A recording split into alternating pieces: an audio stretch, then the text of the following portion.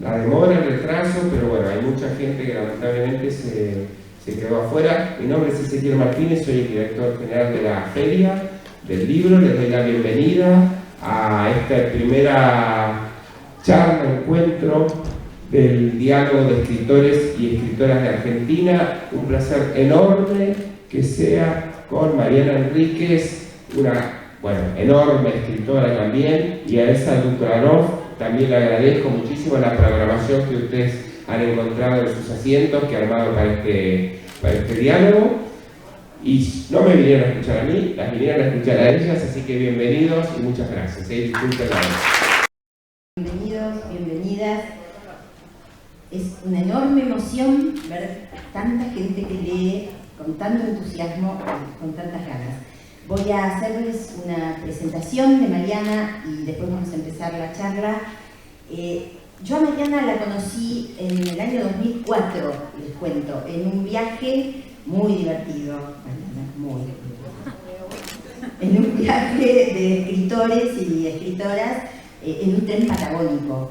Es un viaje que había organizado la Fundación de Literatura Fantástica que dirigía Gabriel Guralnik y se llamaba Ciudad de Arena. Y ahí ella tenía 30 años y estaba cubriendo el viaje para Página 12. Bueno, podríamos hablar mil cosas de ese viaje, podría contarles quiénes estaban, pero no voy a hacerlo porque el objetivo es Mariana. Nos hicimos amigas, nos hicimos muy amigas, diría, y armamos un grupo. Hubo un grupo muy lindo que tampoco daría para toda otra charla. Y nos reímos mucho, nos divertimos mucho. Ella había terminado ya, había escrito Viajar es lo peor, maravilloso título, y había terminado su segunda novela, o estaba por terminarlo, la novela estaba por salir. Yo tampoco. Cómo desaparecer completamente. Yo me acuerdo que la leí ahí al toque de conocerte. Y tenía esta novela anterior, Viajar es lo peor. Yo no la había leído a Mariana. Cuando volvimos, una de las primeras cosas que pasaron fue que me fotocopió Viajar es lo peor, que no se conseguía. Y bueno, yo la leí y fue realmente como una dinamita de verdad. La sensación esa, ¿no? Cada palabra cargada de dinamita. Era como si hablaran les adolescentes de una juventud triste que yo la había visto, porque yo era un poco más grande, mirar callada y mirando el piso y sin decirse nada, sus cervezas en los bares de los 90, y como si ahora esa juventud, que ahora ya no era tan adolescente, que ahora era más grande, estallara, digamos, en una voz que tenía un montón de razones que yo hasta ese momento nunca había leído ni escuchado. Yo sentí que entraba algo distinto a la literatura. Yo ya estaba en ese momento muy fascinada con el descubrimiento de lo que la gente de su generación estaba escribiendo, con una movida literaria que gente joven como ella estaba haciendo en el país. Pero yo había empezado a elaborar algo que después iba a ser un ensayo, Los prisioneros de la torre, sobre todo eso.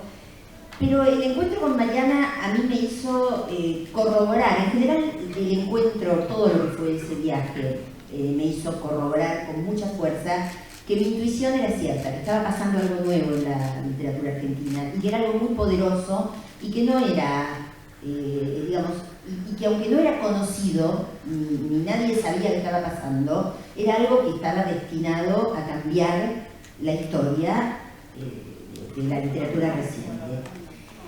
Esta intuición cuajó en un ensayo, Los prisioneros de la torre, política, relatos y jóvenes en la postdictadura, dedicado a esas dos generaciones que entonces eran invisibles y que yo, justifiqué como primera y segunda generación de postdictadura, donde Mariana integra la segunda generación.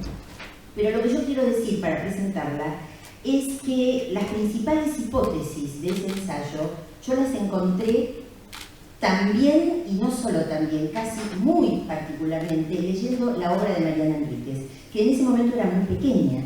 En ese momento estaba Viajar es lo peor, estaba Cómo desaparecer completamente, y había dos cuentos que se publicaron en el 2005 en antologías, El aljibe, en la primera antología que hubo de esta nueva narrativa, que se llamó La joven guardia, y Mi cumpleaños, mi bautismo, que se publicó en otra antología.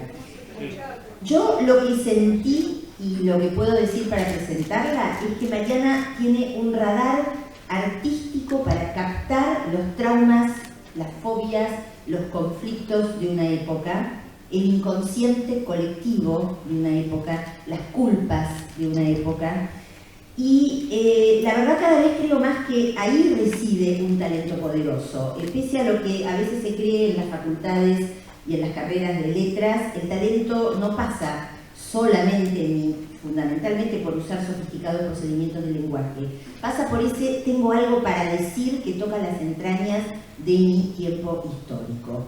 Bueno, entonces, para terminar esta presentación, voy a decir que Mariana continuó su obra, que creo que en esa obra continuó explorando radicalmente esas mismas líneas, pero a puntos muy fuertes, que líneas que lamentablemente en la Argentina siguen totalmente en carne viva, y digo lamentablemente, pero también eso es lo que hace que esta literatura también nos siga tocando en carne viva. Y quiero decir que a veces, pese a esa mala noticia de que sigan todas estas cosas tremendas, siga habiendo muertos y desaparecidos y desaparecidas y muertas, aunque ahora ya no sean de la dictadura y Mariana escriba algo como Chicos que vuelven, por ejemplo. Bueno, en estos 17 años, pese a todas estas malas noticias, hay una que es buena y que es merecida y es justa, y es algo que no siempre pasa. Y es que Mariana Enríquez tuvo la suerte de que su obra saltara a la frontera de este castigado y oscuro país sudamericano, que llegara al canon de la literatura global actual, que tuviera una difusión y una venta notables, que fuera leída y elogiada por gente que Mariana, me consta, admiró siempre y que jamás soñó, no voy a decir que la iban a elogiar, que la iban a leer. Estoy hablando de cuando Patti Smith puso en Instagram que había leído, creo que eran Las cosas que perdimos en el fuego. Y yo te mandé un WhatsApp y te dije, te envidio profundamente, ya está, ya te podés morir, ya está. Patti Smith puso eso. Yo, plantar un árbol, tener un hijo, poner un hijo, no, plantar árbol que es más de ninguna manera, no es un embole. Ya lo creo. Bueno, así que no voy a enumerar obras ni premios que son largas y los premios son importantes y muchos. Voy a decir simplemente que esta escritora tremenda está inaugurando estos diálogos de escritoras y escritores argentinos cuyo programa tienen ustedes en la silla y al que los invito. Hay 4 reuniones más que están muy buenas, modestia aparte, pero es otra gente, no soy yo la que participo, así que lo puedo decir. Y quiero pedir un aplauso enorme porque es una enorme alegría que voy a tirar una primera pregunta. Siempre te leyó gente joven, ya Bajar en lo peor, que lo publicaste a los 23 años y lo escribiste antes, es una obra que pegó a la gente joven de ese momento, incluso si no fue masiva, pegó, yo me acuerdo de eso. Te sigue leyendo gente muy joven, ¿por qué crees que pasa eso? No sé, mejor. No sé, pero mejor. Inventar. No sé, pero mejor. Creo, bueno, cuando yo publiqué Bajar en lo peor, cuando escribí Bajar en lo peor en realidad, yo lo escribí pensando en mi generación en este sentido. O sea, yo leía mucho y leía muchos escritores argentinos también y leía muchos escritores, leía de todo. Pero lo que no encontraba en ninguna parte era escritores que estuviesen hablando de lo que nos pasaba a nosotros, a la gente de mi edad. Sí lo encontraba en la literatura norteamericana, sí lo encontraba en Bret Easton Ellis, sí lo encontraba en ese momento en la literatura asociada con el SIDA, que era como la sensación de falta de futuro, calle, noche, intoxicación, etc., ¿no? Y en el cine lo encontraba, en Buganzán, bueno, etc. Y tenía toda una parte como muy romántica, me gustaban los vampiros, me gustaba el terror, que siempre me gustó. Yo tenía 17 años, así que dije, bueno, si nadie lo va a escribir, lo voy a escribir yo, porque total, si no lo voy a publicar en ningún lado. O sea, yo lo escribí en La Plata, yo no estudiaba letras, yo no conocía escritores, a mí no me interesaba ese mundo, no conocía a ninguno, tenía respeto, no me importaba. Entonces, empecé a escribir para mí ¿cómo se llama? En ese momento era el máquina de escribir. Sí. Y se lo pasaba a mis amigos en plan folletín. Claro. O sea, les pasaba acá y ellos me sugerían cosas que yo nunca di mucha buena. Y yo no lo cambiaba, pero como que ¿viste? Le seguían la vida. Ellos tampoco tenían una atención muy bravo. Entonces les pasaba nubilada, digamos. Entonces les pasaba un ojito y medio y después qué sé yo.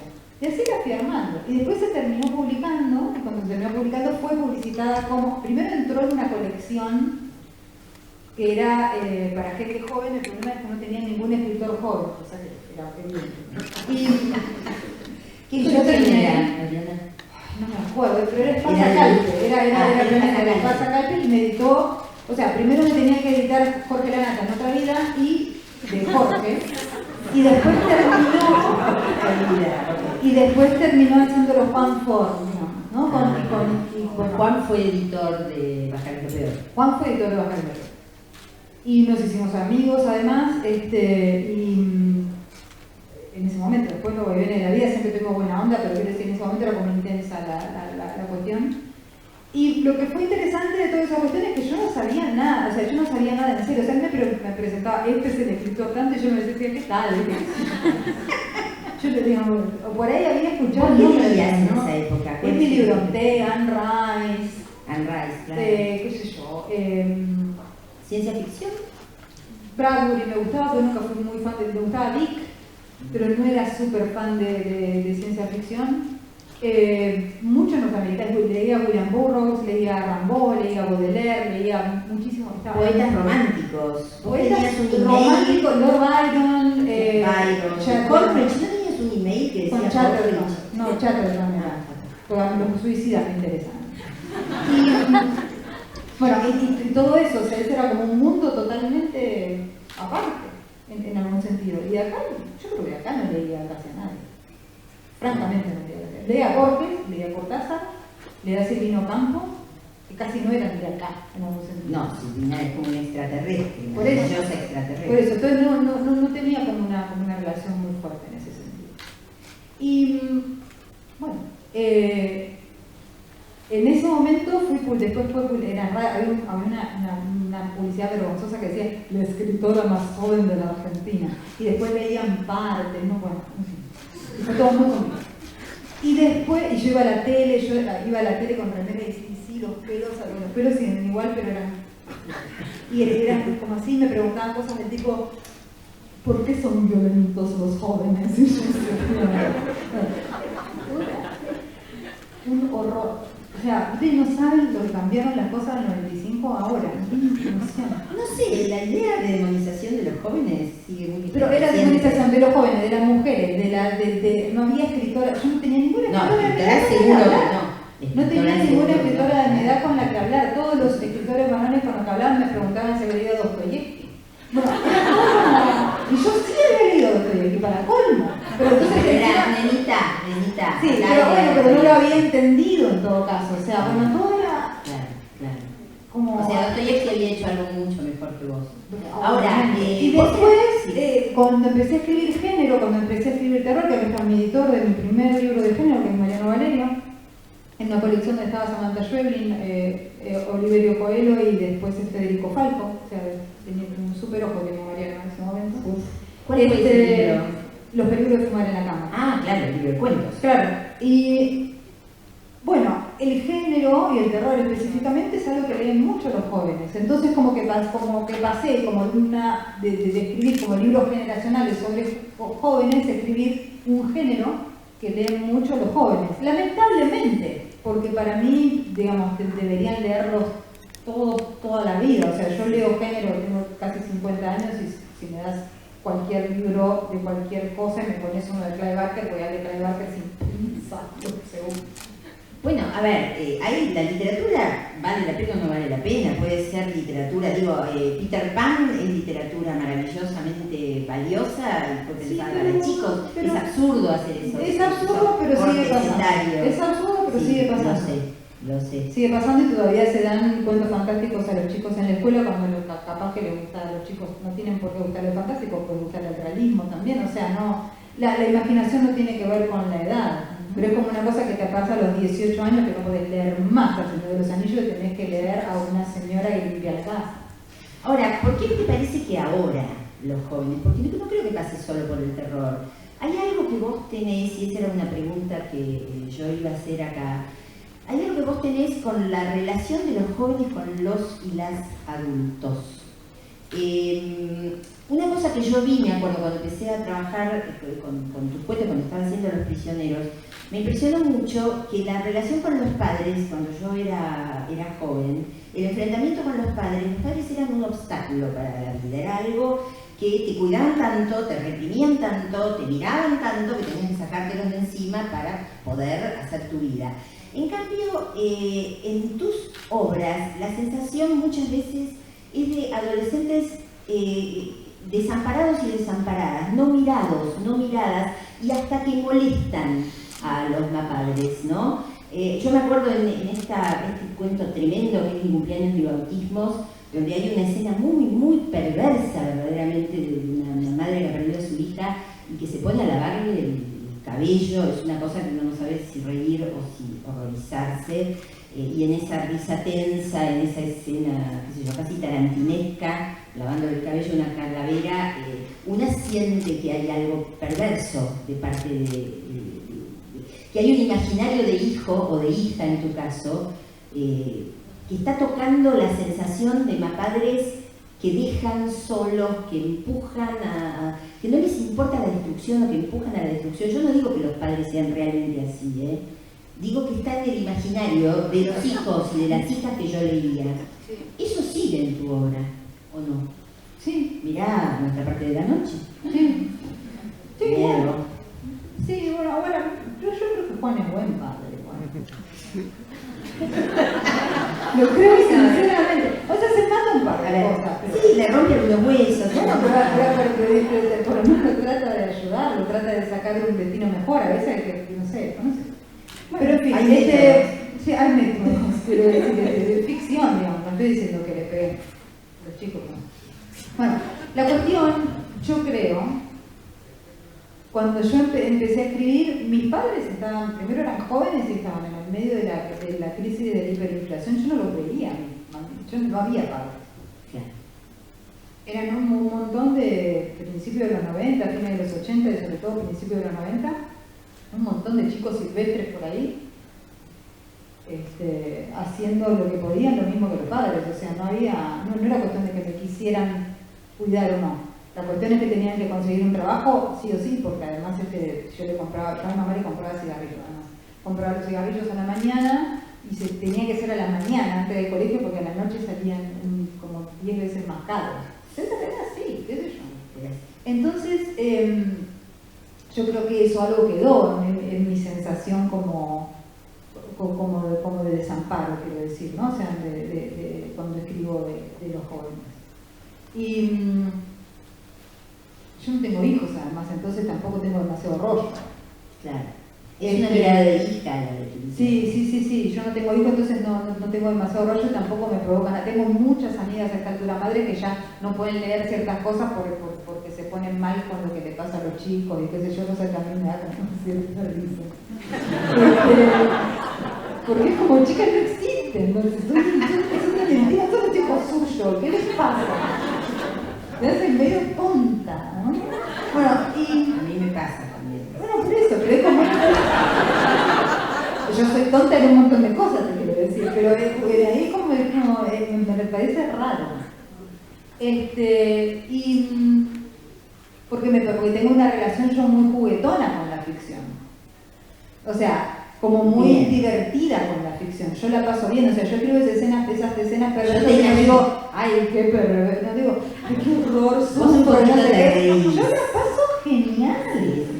O sea, yo pienso, yo lo voy a hacer esto, lo otro, es más, la escena esa, me acuerdo, incluso Mariano, cuando estábamos editando ese cuento, me dijo, me parece tu macho es una exageración y saquémosla y en las primeras ediciones no salió. Esa escena después nunca la volví a poner. Y yo la vi porque era realmente provocadora totalmente Después lo usé en otras cosas, quiero decir. La escena, estás hablando de la escena del cumpleaños de bautismo Claro. que yo mencioné, no apareció después. No, en el cuento no.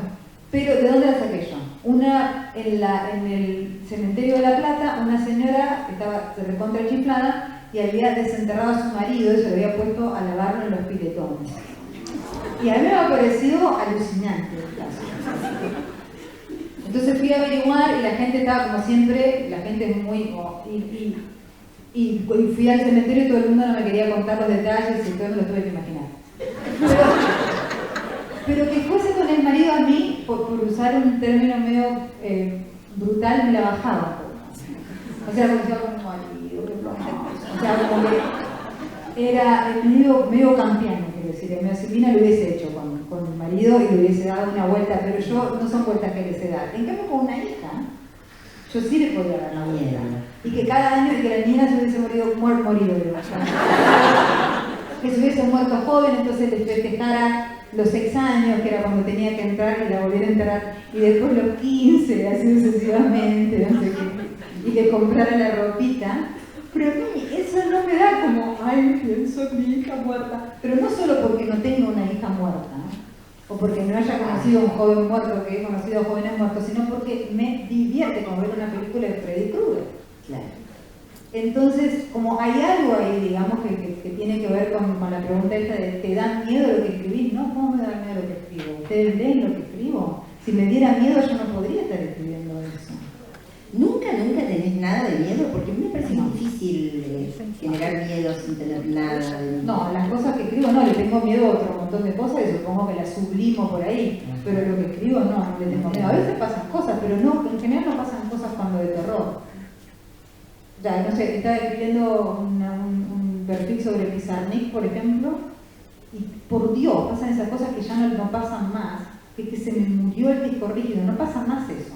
Queda en la nube, queda, o sea, como hay un modo de rescatar absolutamente todo, es imposible ya a esta altura borrar una huella digital. Esta me la borró. Alejandra me la borró.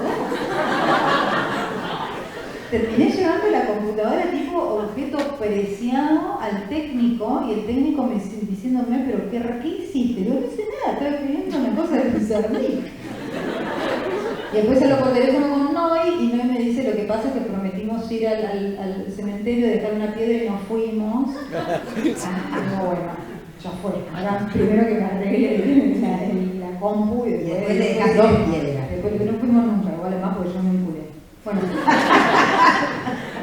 Y ahora que estaba en Providence también lo mismo, o sea, pasó algo que tampoco nunca pasa. Estaba mandando unas fotos de la tumba de Lovecraft a amigos, o estaba subiéndolas a Twitter, no me acuerdo, y se cortó la luz y se apagó la computadora, cosa que es imposible porque la computadora tiene batería. Y la tuve que volver o sea, pasan cosas, quiero decir, yo creo en todo ese tipo de cosas, pero esas cosas sí me dan un poco de miedo, pero no lo que escribo.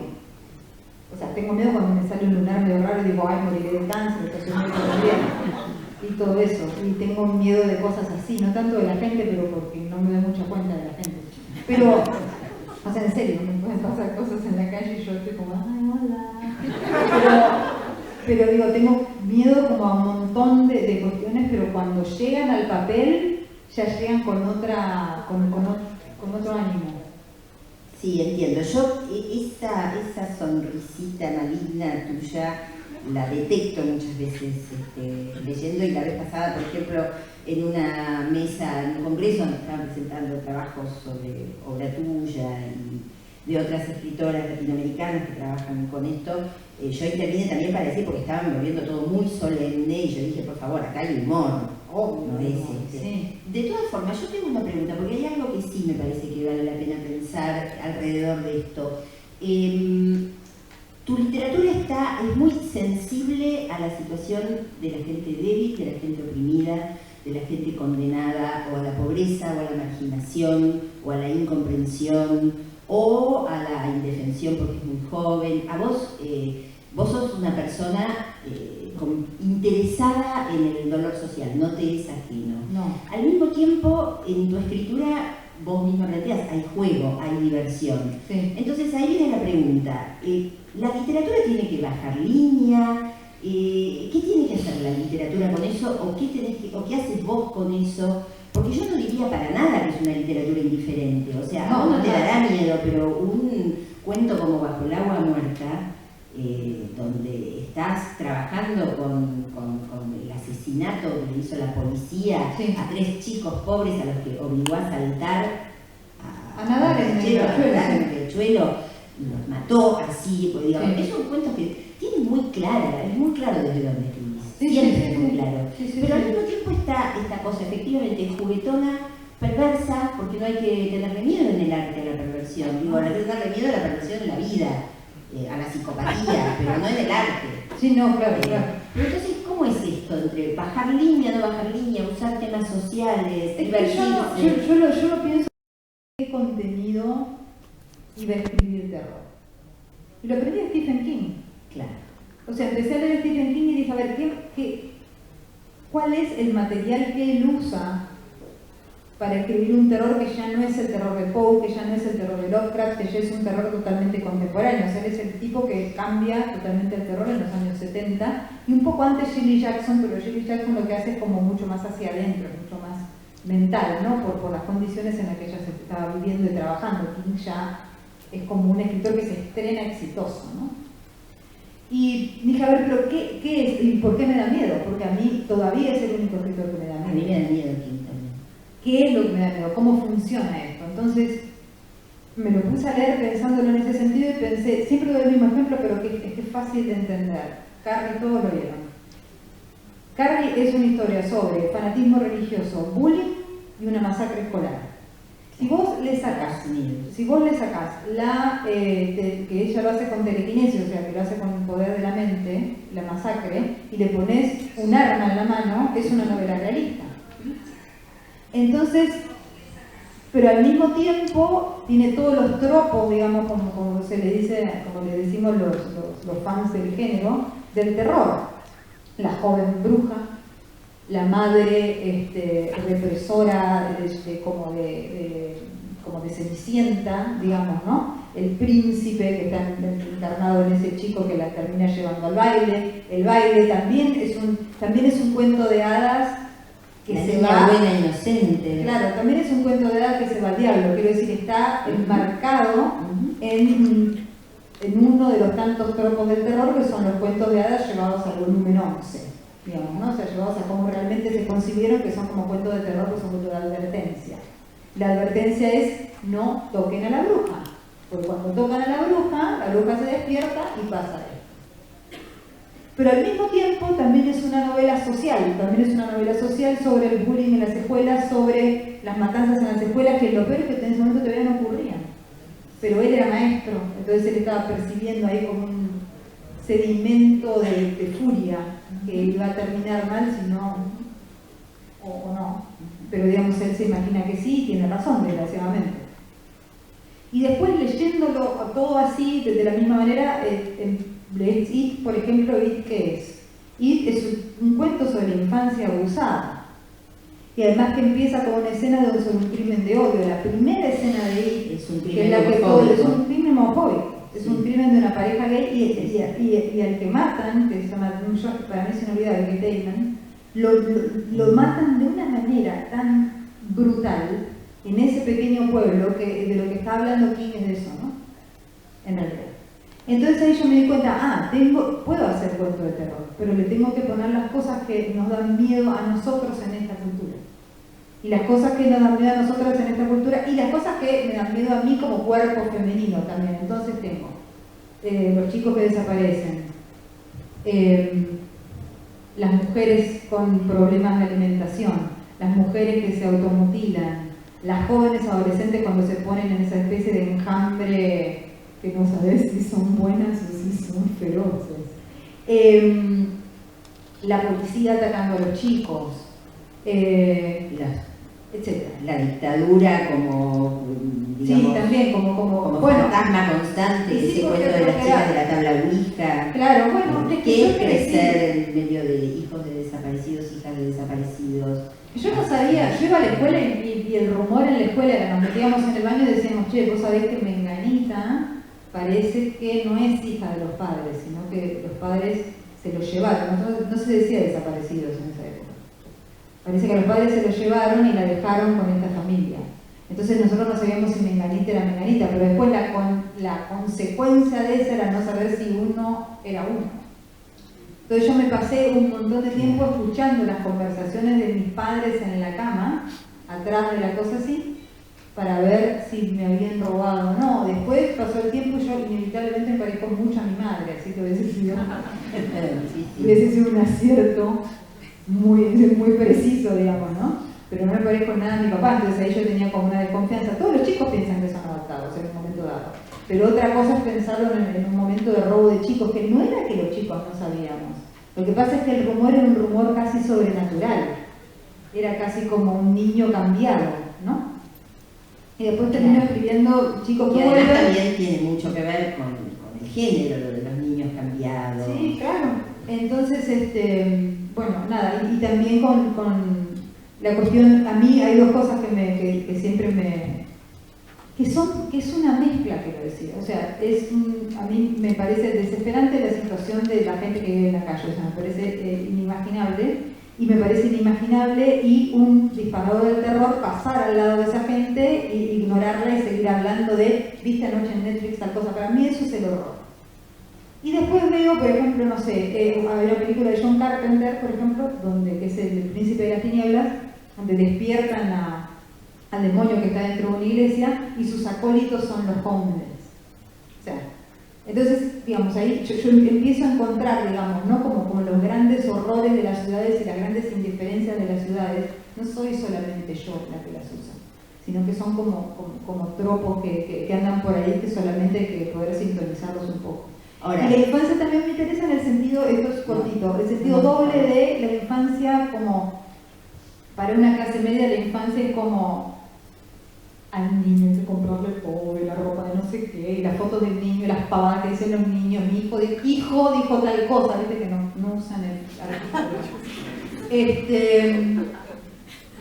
Y toda esa cosa como absolutamente romantizada y imbancable de la infancia, y después los chicos durmiendo en la calle, fumando cigarro a los 5 años. Pero no solo no les importa, no existe celular hecho con niños metidos adentro de una, ¿cómo se llama?, de una mina de diamantes en el Congo, muriéndose a los 12 años intoxicados, y mientras tanto vos le estás mandando, cada vez que le mando un mensaje a alguien me estoy pensando en el niño del Congo. No, pero eso es un horror, digamos. Entonces ahí empecé a entender cuáles eran los materiales que tenía que usar para hacer un terror que viniese desde acá y que viniese de lo que a mí me impresiona, porque ya estamos en Latinoamérica, así que podría haber elegido. Sí, hay muchos horrores, pero tenían que ser algunos que a mí también me afectaran personalmente, quiero decir. Sí, y evidentemente eso que elegís tiene el pulso de tu tiempo, porque ha penetrado también otros países.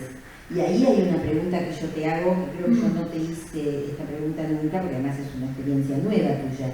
¿Cómo sentís que te leen afuera? ¿Qué sentís que leen de todo lo argentino, lo latinoamericano, la violencia de clase en carne viva que hay acá? ¿Qué sentís que leen de todo eso? En Latinoamérica yo creo que se entiende en todos lados. O sea, es como en Latinoamérica yo lo trato de pensar no como un bloque, sino como cada uno de los países. Y en cada uno de los países hay pequeñas diferencias, pero en general hay como grandes líneas que todas se entienden. O sea, todas más o menos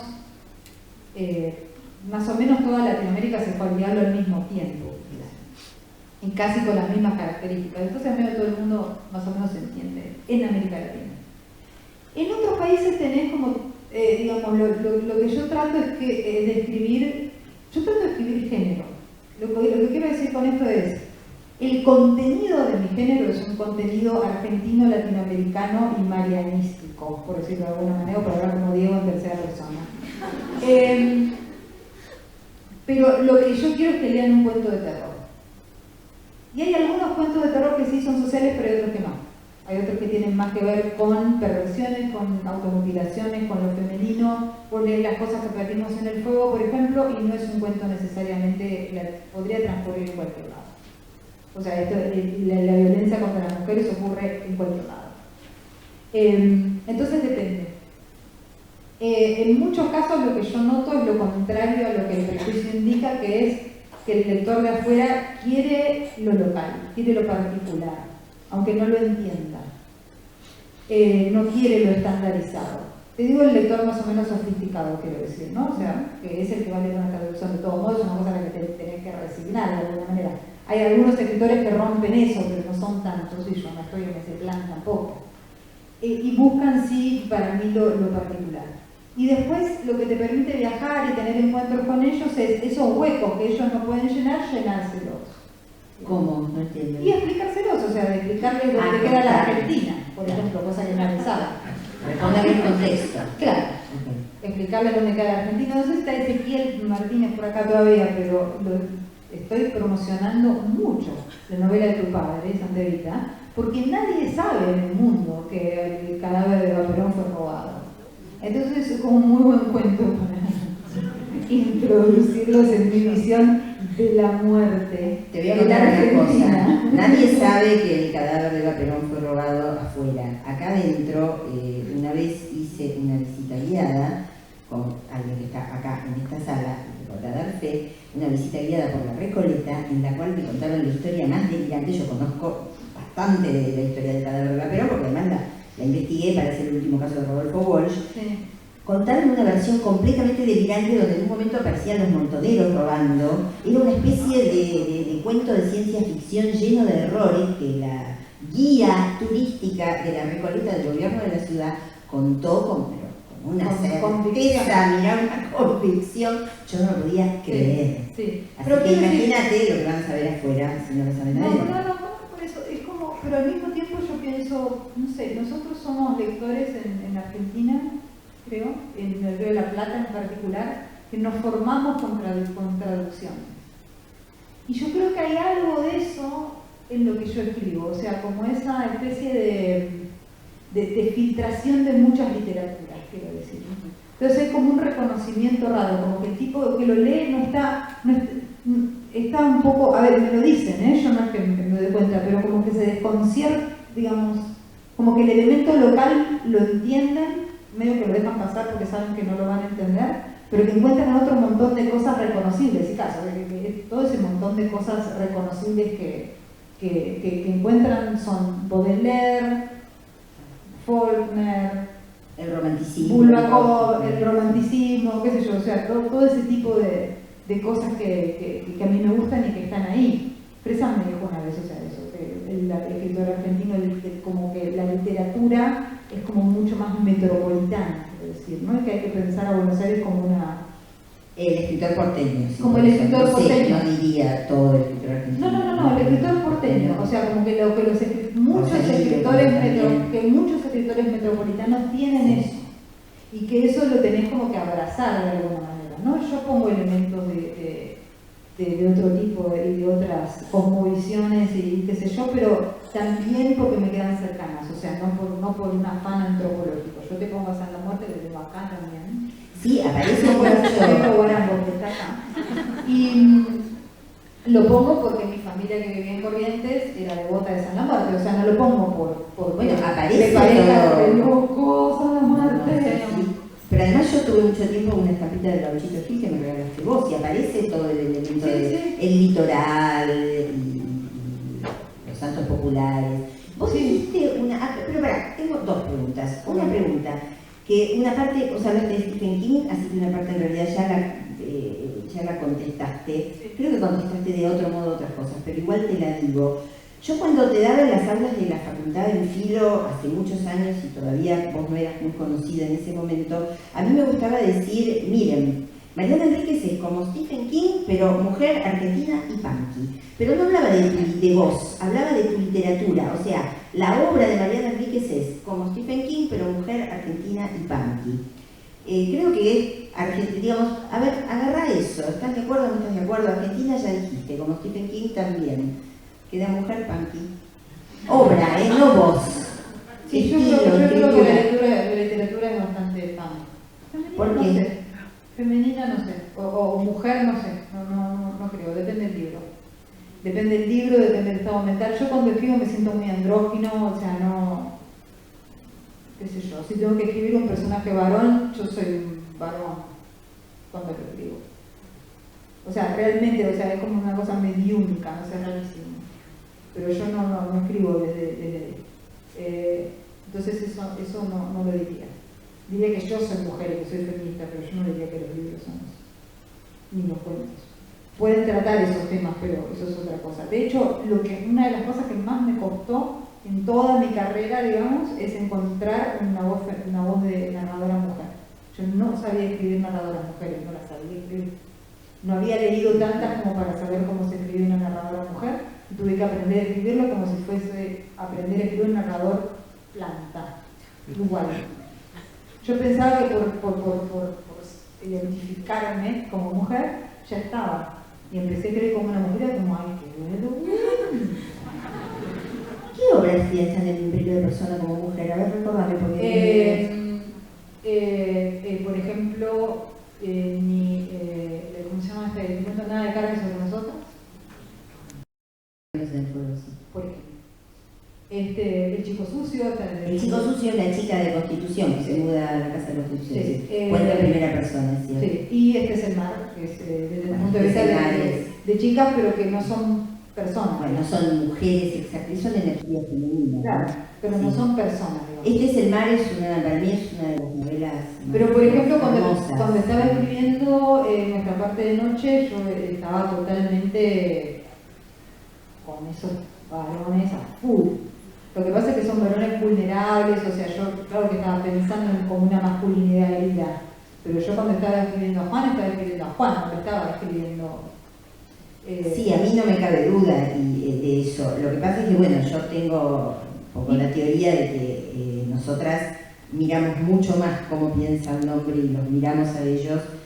Un poco tiene que ver con esto del amo y el esclavo, por ejemplo, ¿no? Sí. Al esclavo le conviene, necesita pensar al amo, el amo ni lo mira. De hecho, hay muy pocos escritores varones capaces de construir buenas voces femeninas, recién ahora, o Puig, pero son, vos mirás, qué sé yo, grandes escritores, Sí. Borges o Saer, pueden armar una buena trama con una mujer, pero voz femenina, mirada femenina. Sí, pero a mí también, o sea, quiero decir, pero a mí también me costó, o sea, lo que quiero decir es que vos... mirada femenina, pero no mirarlos a ellos. No, eso no. Eso es muy femenino. Sí, claro. Pero quiero decir, mirar a los hombres. Construir la voz a quién leo, porque agarraba a Patricia Highsmith, por ejemplo, son todos varones. Agarraba a Oz, digamos, agarraba a Iris Murdoch, son todos varones. Agarraba a Mary Shelley, es el doctor Frankenstein el que ponía. Silvina y las Brontë. Para mí las Brontë fue o sea, ahí como dije, acá está. Ana María Schua. Ana María también, pero eso fue después. Yo en ese momento no leí argentino, con todo el mundo lo digo, pero como no tenía onda. Katy Eicher, en ese momento Katy Eicher la leía y Katy Eicher la de sangre, no sé, ¿no? O sea, de úteros, no sé, era como wow. Fíjate, perdóname, cuánta cosa perversa alrededor del cuerpo que hay en las literaturas nuestras de sí, claro. mujeres. Vos hablas de las Brontë. Las Brontë son escritoras góticas, muy particularmente Emily con Cumbre Borrascosas. ¿Eso te influyó a vos? ¿Cómo fue tu encuentro con Cumbre Borrascosas? Muchísimo. Yo te sigo escribiendo ese hombre. Sí, lo sigo escribiendo, no es el hombre de mi vida, lo sigo escribiendo y por suerte me casé con un hombre más bueno que él. Quiero pensar que está igual de fuerte, pero es bueno. Y, a ver, la voz, sobre todo Emily, pero Jane Eyre también, o sea, son mujeres para mí totalmente reales porque son mujeres no convencionales dentro de lo literario. O sea, lo que quiero decir es, se parecen mucho más a las mujeres comunes, todas ellas, Jane o Catherine, por ejemplo, se parecen mucho más a las mujeres que las mujeres de la literatura, quiero decir. O sea, yo leía a las mujeres que había en la literatura escritas por grandes escritores o por grandes escritores y no se parecían a las mujeres. Y estas sí. Sí. O sea, Jane era una chica que no estaba muy buena, que se recontra enamora del coso este, pero cuando el coso este descubre que tiene a otra mujer en el ático, ya se fuiste, hermano, me voy. Sí. Pero con dolor se lo dice porque sigue enamorada del degenerado, que es lo que a una le pasa. No es que se te va a decir, Sí, ya está. pero No. que solo tranza con estar con él cuando ella tiene su plata, su independencia. Y tiene power y le está ciego y sin un Sí, brazo. exacto. Y no se lo va a querer agarrar nadie más que ella, porque ella se acuerda que le estaba fuerte y que además ya estuvo con él y ya sabe que eso todavía funciona. Entonces, y Emily tenía como también esa misma ferocidad. O sea, hay una escena de Cubre Borrascosas, traten de volver a leerlo, que es el último encuentro de Heathcliff y Catherine, cuando ella está embarazada de Linton y se está muriendo, que va a morir de parto. Y tiene una escena de sexo y muerte ahí, o sea, que es bestial. Y yo decía, ¿qué está haciendo esta mujer? O sea, igual sexo y muerte si entendés, porque está contado No, pero con una. Pero sí, yo estoy de acuerdo, pasa eso. pero se nota Estoy de acuerdo. porque en el Sí, capítulo sí. anterior ella está embarazada de 8 meses, el bebé no está. Entonces cuando él la viene a visitar, ¿qué onda? ¿La tiran por la ventana? No. Y hay como una sutileza que aparte está como una de las que cuenta, que es la del punto de vista, que es digamos, la mujer que escribe en la casa, que trabaja en la casa, El ama de llaves. el ama de llaves, y está tipo, salir de ahí, porque es como, es un horror, digamos, no es solamente los cuernos, es algo más que los cuernos lo que está pasando ahí, y él está totalmente sacado. Entonces ahí yo encontré eso como, son locas, son intensas, se parecen a mi mamá, se parecen a mí, se parecen a mis amigas, no se parecen a esas mujeres así como que están pensando pavadas. Entonces, ahí encontré yo eso, después lo encontré en muchas escritoras y en muchos escritores, pero hay algo, digamos, ¿no? Por supuesto son construcciones de lenguaje, como todos ya sabemos, pero hay algo, digamos, que a mí me costaba encontrar esa construcción del lenguaje que pudiese darle voz a esas mujeres que eran yo, mis amigas, ¿no? O sea, ¿cómo encontraba esa voz? ¿Dónde ¿Y ahora estaba qué esa la voz? encontraste? Sí, ahora sí, por eso la dejé. Uno hace esas cosas en literatura, Sí, busca y después sigue para Porque adelante. fue un problema técnico que terminó siendo una especie de problema personal en algún sentido.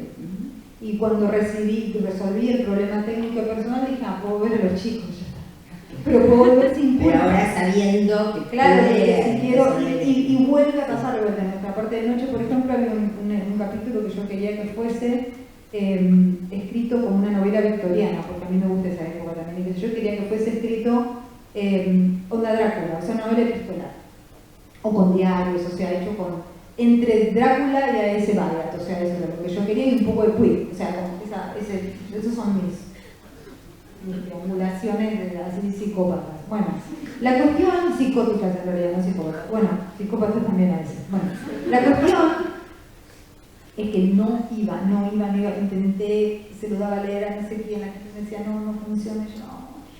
Súper frustrante, porque yo sabía la historia que quería contar, pero no podía encontrar la forma, hasta que un día dije, bueno, que lo cuente Rosario, que lo cuente ella, porque ella el es la capítulo que de Rosario en Londres, sí, porque es maravilloso, porque ella parece Bowie, donde porque ella la sabe, cita en Londres. porque ella sabe, y ella lo puede contar, y dije, bueno, loca, dale, contá, habla.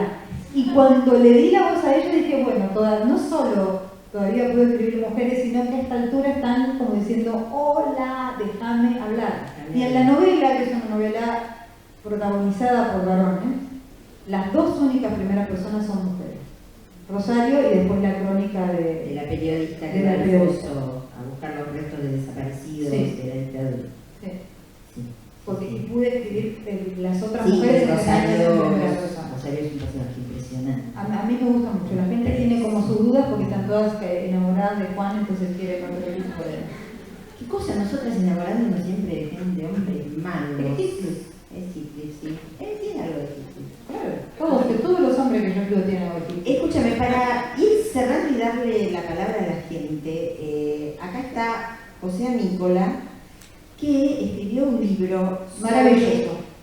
gótico y novela de educación. Sí, lo tengo Yo yo lo escuché tengo todo recién hablar. subrayado. Yo no tenía esto anotado acá, pero te escuché recién decir esto de Bueno, de nosotras y nuestro exceso y nuestra locura que busca saberes a su modo, ¿no? Y eso te sumerge en el gótico. Y yo leí, si no entendí mal, José, que vos planteás algo así como que la cara más rica de la idea de la novela del crecimiento, la novela del crecimiento de gente que se hace joven, adulta, etcétera, que tiene esta cara como tradicional, disciplinada, que es la novela de educación a la manera alemana del europeo, varón, siempre varón, que crece como debe crecer. Bueno, que esa cara es el gótico. ¿Hay algo de formación, de educación no en el sentido de educativo, de didáctico? Sí. Pero ¿se puede leer tu obra también como una especie de continuum de reflexiones sobre el crecimiento, de un crecimiento loco, intenso? Yo creo que sí, porque yo lo digo desde un punto de vista personal incluso, o sea, es como mi historia como escritora, entre comillas, empieza muy joven y con muchas dudas acerca de si voy a ser escritora también. Entonces yo fui, digamos, cómo desaparecer completamente para mí es una novela de educación, con todo su desborde, con toda su cuestión un poco barroca. Creo que es una novela de educación y que además sigue los pasos de una novela de educación, ¿no? O sea, como joven que se va de la casa y encuentra otro lugar, o sea, como es eso. Lo que pasa es que los ambientes son inesperados, ¿qué quiero decir? Por eso es algo que yo siempre hago. Pero yo me tuve que enseñar a escribir de alguna manera.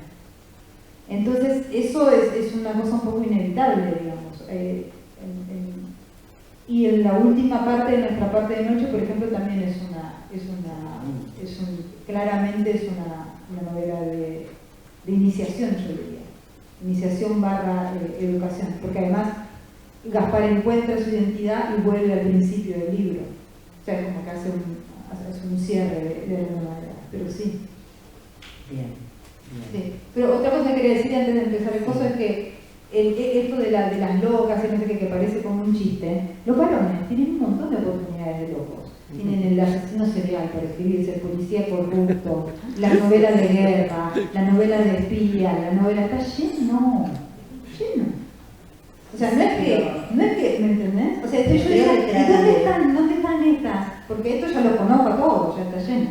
Pero ¿dónde están estas? Y bueno, pero la que es heroísmo, el espía es inteligencia y deducción, ¿viste? Sí, pero Le Carré da una ridícula y alienada, pero Le Carré no, que es pura locura. Pero Le Carré no, por ejemplo. Después empezás a encontrar a los losers y empezás a encontrar como a Le Carré, que lo que tiene es un montón de topos metidos en una oficina que se quieren todos matar y que no se pueden ir del MI5 porque los van a estrolar, porque se mandaron una cagada. Donde todo se volvió irracional, ya nadie entiende nada, nadie sabe lo que se están llenando cosas. ¿Quién es enemigo? Están llenando la cosas.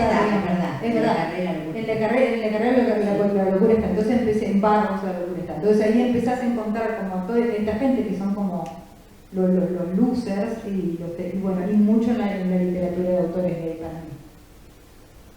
Porque hay algo de la voracidad de la noche y de estar así como especie de ¿viste? Una cosa de día y después de noche el depredador, digamos.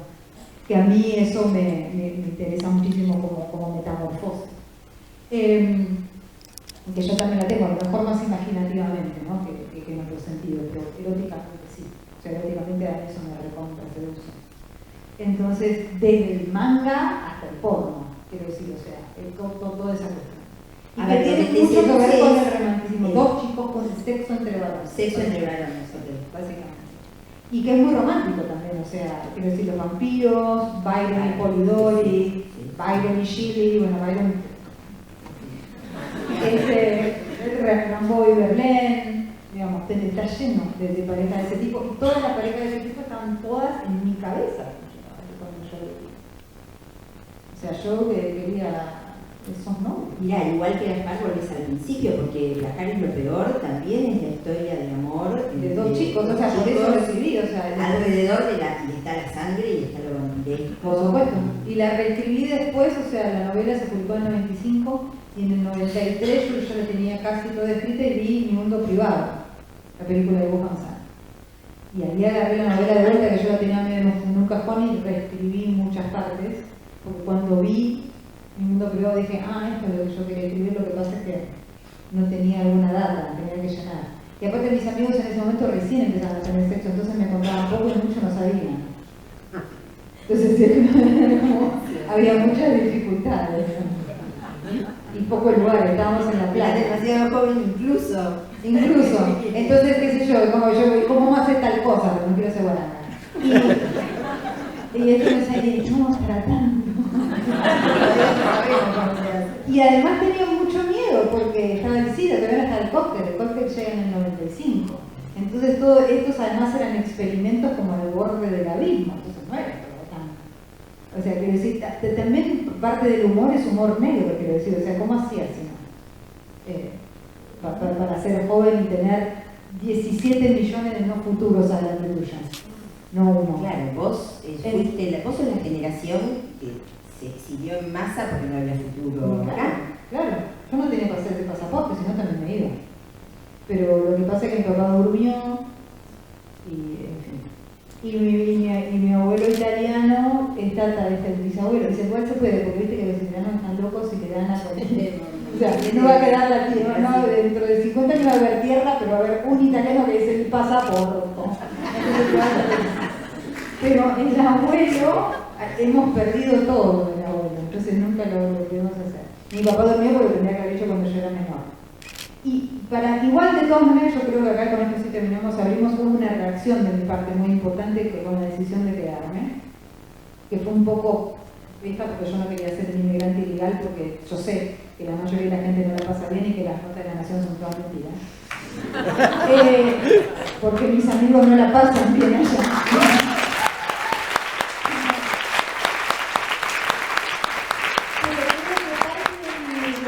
De lo que a mí me pasaba era que la discusión, así como yo espiaba a mis papás, escuchaba espiando a mis papás cuando eran chicos para ver si a mí me habían robado o no, de más grande los escuchaba pelear porque me habían hecho el pasaporte. Entonces no me podían sacar de acá y entonces me habían condenado a estar en este país. Entonces yo en mi cabeza lo que dije es, va fanbull el pasaporte de la abuela. No lo vamos a encontrar nunca. El abuelo era arquitecto, se vino de Calabria, quién sabe por un arquitecto se vino de Calabria para acá. Y se puso a hacer iglesias en Corrientes, qué sé yo. Algo tendría que ocultar. Así que banquémoslo. Eso de la Angelita puede estar abajo de los cimientos. Banquémoslo y no le andemos revisando los papeles en Calabria a ver si nos encontramos con una sorpresa y yo termino en cana, en vez de triunfando en la fontana de televisión. Así que, y lo otro, bueno, nada, dormimos. Pero digamos, para mí creo que hubo una reacción así de mi parte, porque la desdicha de ellos por haberme hecho nacer como en la tierra de las no oportunidades me parecía tan deprimente que yo decía, no, bueno, yo me voy a quedar, ¿qué va a hacer? Pero no conscientemente, quiero decir, sino que boicoteaba oportunidades para irme permanentemente, creo un poco en reacción, nada, de decirle, bueno, no es para tanto, qué sé yo, ¿no? Bueno,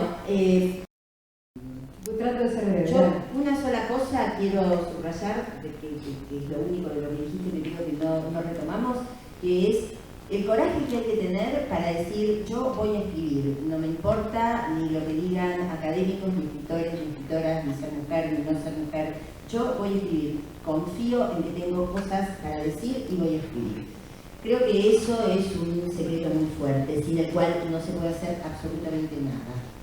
Y estaba todo el tiempo en lo que iba diciendo. Pero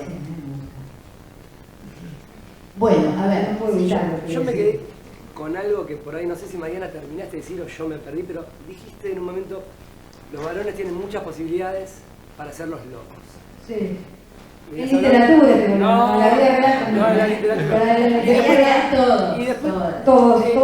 Y como me faltó, bueno, en cambio las mujeres, digamos, y te fuiste con Le Carré, los espías, la locura. Sí, sí. No, en cambio las mujeres no, la tienen en el gótico, o sea, ese es el tema.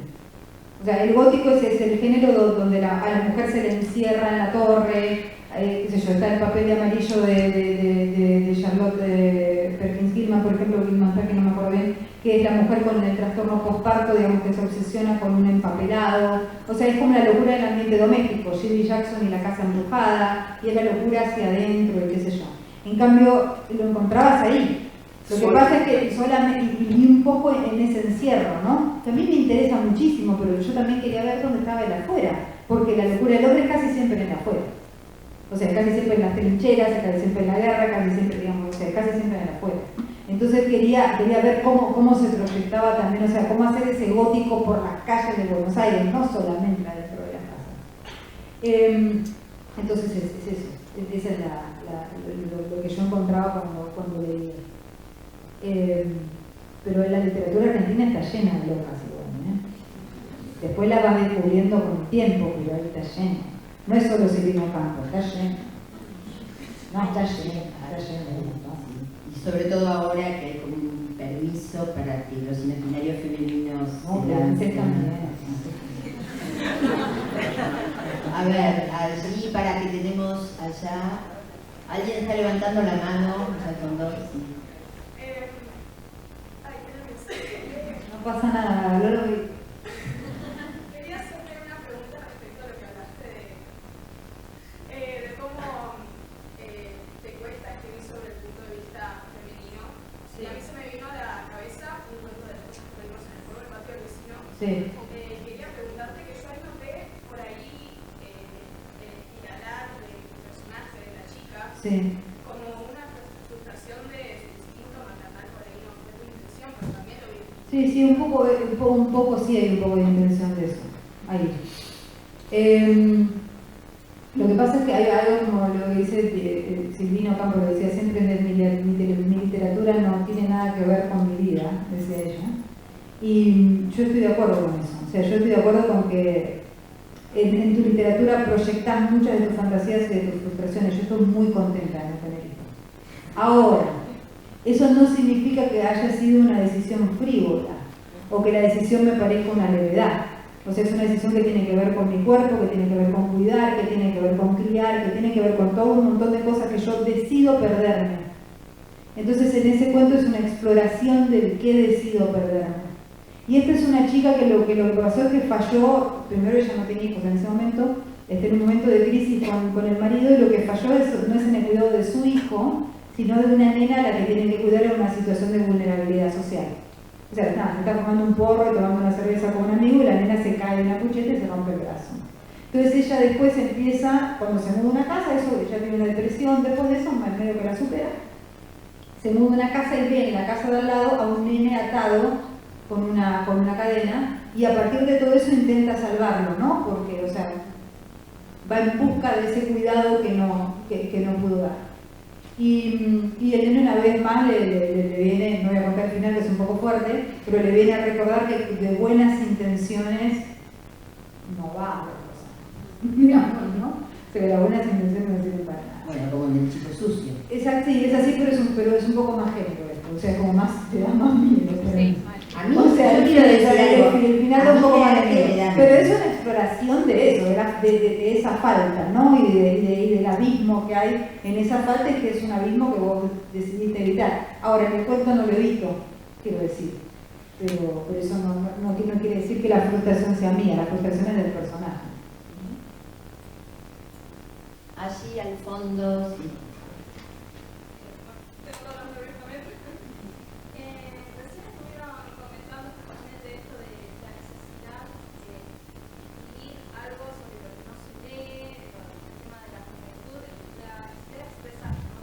Sí. Yo la verdad siempre me cambié lo de estudiar filosofía y letras, yo a veces dije, no, digo, ya, no sé, hay gente que no, y empecé a leer muchas cosas tuyas y dije, las escribo de una manera tan simple, tan, o sea, tan fácil de leer y tan satisfactoria, y digo, entonces, ¿qué es lo que te motiva, digamos, a escribir? Empezás en un tema, se te viene a la cabeza desarrollar un tipo de personaje, ¿cómo es el proceso para la escritura? Yo no estudié filosofía y letras, si eso te sirve de algo. Estudié periodismo porque necesitaba trabajar, la verdad es eso. O sea, no digo que la gente de filosofía y letras no trabaje. Por eso. Ahí tengo vamos a pelear. No estoy diciendo Yo eso. trabajo Por eso, ella mucho. trabaja, por ejemplo. Pero yo necesitaba urgentemente, yo sabía que podía escribir, entonces dije, ¿cómo, digamos, el trabajo donde pueda rápidamente salir a escribir? Y este era uno. Pero yo quería entrevistar a Estrella de Rock, no tenía ningún interés en entrevistar a escritores. Y bueno, ni escritores, o sea, quería actores lindos y Estrella de Rock, digamos, tenía 17 años, hermano, ¿qué te interesa? O sea, la cuestión era que, a ver, a mí lo que me motiva, yo escribo no ficción, escribo cuentos y novelas por ahora. O sea, no escribo poesía y en no ficción no escribo ensayo tampoco en general. O sea, escribo crónica o perfil. En el caso de las crónicas, en general, eso tiene que ver con el periodismo y un poco con las obsesiones, porque una son las crónicas del cementerio, que yo paseo por cementerios y escribo crónica y viaje del cementerio. En los cuentos a mí es la idea, a veces la gente me pregunta, ¿y Silvina en tal cuento? Y yo digo, ¿quién será Silvina en el cuento? Porque en el cuento yo en general, Silvina es una S, o es una X, o es nada, es un puntito negro, porque en realidad para mí un cuento es una idea o una imagen. Por ejemplo, las cosas que pedimos en el fuego era la imagen de una chica que pedía en el subte, está totalmente quemada, es una chica que existe, que pedía en el subte. Entonces yo lo que hice fue tomar la imagen de toda la actitud y toda la postura y sí, la repulsión que causaba ese cuerpo, que es un cuerpo al mismo tiempo muy hermoso, la verdad. En toda esa actitud estaba el cuerpo. Y en novelas mi obsesión son los personajes, o sea, realmente puedo estar hablando con vos y contestándote esta pregunta y atrás de mi cabeza lo que estoy diciendo es necesito volver a casa porque me parece que el pantalón que tiene que usar no puede ser terciopelo porque si va a tal lugar y se moja después no va a poder caminar, entonces mejor que le ponga un chico, ¿me entendés? Y mientras te estoy hablando a vos de otra cosa, porque estoy obsesionada con el personaje y pensándolo a ese nivel, incluso después escribiendo diálogo del personaje que después no uso. Yo en general trabajo a mí me gustan muchas cosas, yo tengo esa suerte. Me gustan muchas películas, me gustan muchos actores, me gusta mucho la música, me gustan muchas series, me gusta todo. Y además como que no se me pasa, hay cosas que detesto, pero quiero decir, siempre como que muchas. Pero también sigo encontrando, hay muchos artistas visuales que me gustan y sigo encontrando eso todo el tiempo. Entonces termino escribiendo un poco como inspirada en esas cuestiones y en la realidad. Esos son mis estímulos, quiero decir, pero casi nunca la teoría, les tengo que decir con total libertad. Yo no sé, personalmente a mí tampoco la teoría me inspira, yo manejo mucha teoría, diseño, teoría, no sé yo, pero jamás escribí cuentos de la teoría. Hoy una escritora me dijo que había escrito una novela a partir de una lectura que hizo del formalismo ruso. Yo no sé lo que es. Sí, no, en la facultad donde yo trabajo las cosas se festejan a mí. O sea, sí sé lo que es, quiero decir, pero no sé lo que es en el sentido de cómo... Ya sé que sabes lo que es el formalismo ruso. Claro, pero no sé cómo puede escribirse una novela a partir de eso, digamos, algo que por ahí los tipos son recopados. En los 90 hubo un tipo de literatura así que no le interesó a nadie, que hoy nadie escucha ni lee, pero que los profesores de la Facultad de Filosofía y Letras... Pero que yo no es que la desprecie, para nada, es que no la entiendo. A mí me aburre, perdón. O sea, no la entiendo como inspiración, digamos, ¿no? Porque a mí lo que me obsesiona es ir a buscar un cuadro que está en tal lugar y verlo, ¿me entendés? Entonces me voy al Museo Munch y voy a ver el cuadro del asesino de Munch, entonces después agarro y tiene la cara verde y digo, ¡ah! Entonces digo, no, el asesino del próximo, qué cosa que escriba va a tener la cara verde. Y eso es lo que a mí me pasa. O sea, es como total entusiasmo, quiero decir, ¿no? Pasa por ahí, no pasa tanto por otro tipo de discursos, sino como por decisiones personales que terminan chocando con mi cabeza, básicamente, que tengo que sacar. Porque si no te quemo la cabeza vos, que se llama la sensación que te agarrarlo en mucho. Y tenés esa sensación de que escribir es liberador, que tenés que sacártelo porque te angustia ahí adentro. No tanto me angustia como que no me queda lugar para ninguna otra cosa, entonces lo despierto a mi marido a las 3 de la mañana y le digo, tenemos que ver una película porque si no la vemos anoche nos manchan la a escribir, María, por favor. Entonces para no quemarle la cabeza a la gente o inventar gente que no existe o entrar como locura, o llamarte a las 3 de la mañana y decir que no sabes el cuadro de mucho, que me acabo de ver. Bueno, y quemarle la cabeza a la gente, escribo. de otro modo bastante más interesante. Bueno, vamos a tener que dejar acá porque es la hora, pese a que hay uno más. Bueno, uno más. Acá hay la orden de la gente de seguridad es que conteste a alguien, no sé por qué, con criterio. Bueno, ok. Hola. Perdón. Sí. Sí. ¿Cómo se vincula el cine con la literatura? Vos hablabas de sacar inspiración, de escribir una novela como se ve una película. ¿Qué hay ahí? Pero no tanto como lo que parece, porque yo soy muy credula en el cine. Yo soy la persona que va al cine y que el enigma se están todos durmiendo porque descubrió un enigma hace media hora y yo estoy así. hay algo de imagen que me sobrepasa de tal manera que me termina como fascinando muchísimo. Y mi relación con el cine en realidad es eso, es como de sorpresa. O sea, yo encuentro muchas imágenes, yo me guardo fotogramas y qué sé yo. Para mí yo lo trato de alguna manera como una cosa histórica, ¿no? O sea, como imágenes que me obsesionan como si la viera en la calle, o sea, de la misma manera. Pero no tanto como... Bueno, los actores sí, pero eso... Yo hago castings. O sea, yo tengo mitad en la pared. El hecho de que una novela que estoy tratando de empezar a escribir está avanzando bien, el dato que le da es que tengo 3 actores pegados en la pared. Son los personajes de esa novela. Por ahora, sí, uno es un músico, el otro es un actor y el otro es un actor también. Una actriz, en realidad. Así que sí, pienso esas caras. Ya me vi todas las películas, me obsesioné, ya hice todo lo que hay que hacer, estuve con YouTube a las 3 de la mañana escuchando entrevistas en japonés, ya hice todo eso. Bueno, vamos a cerrar. Yo quiero invitarles al ciclo que estamos inaugurando de un modo tan maravilloso. Les cuento muy rápidamente que tenemos 2 mesas el jueves, 18:30 y 20:30, y 2 mesas el viernes, con temas muy candentes, muy interesantes. 18:30, narrar militar, tareas paralelas que se cruzan, que se enfrentan. Félix Rusone, Quique Ferrari, Dolores Reyes y coordina Alejandro Horowitz. 20:30 tenemos narrar el amor feliz, porque siempre se narra el otro. Y acá tenemos Gabriela Mazú, Eduardo Mundic, Natalia Cito, coordina Tamara Tenenbaum. Y el viernes tenemos narrar la marginalidad con Gabriela Cabezón Cámara, Mariana Comiserov y Leonardo Oyola, coordina Juan Pablo Lupi. Y al final terminamos con drogas y tecnología, narrar y alucinar. Martín Cristal, Carlos Gamerro, Lucila Grossman, coordina Enzo Maqueira, va a haber prevención de daños, no suelen cuando se reparta algo. Les espero.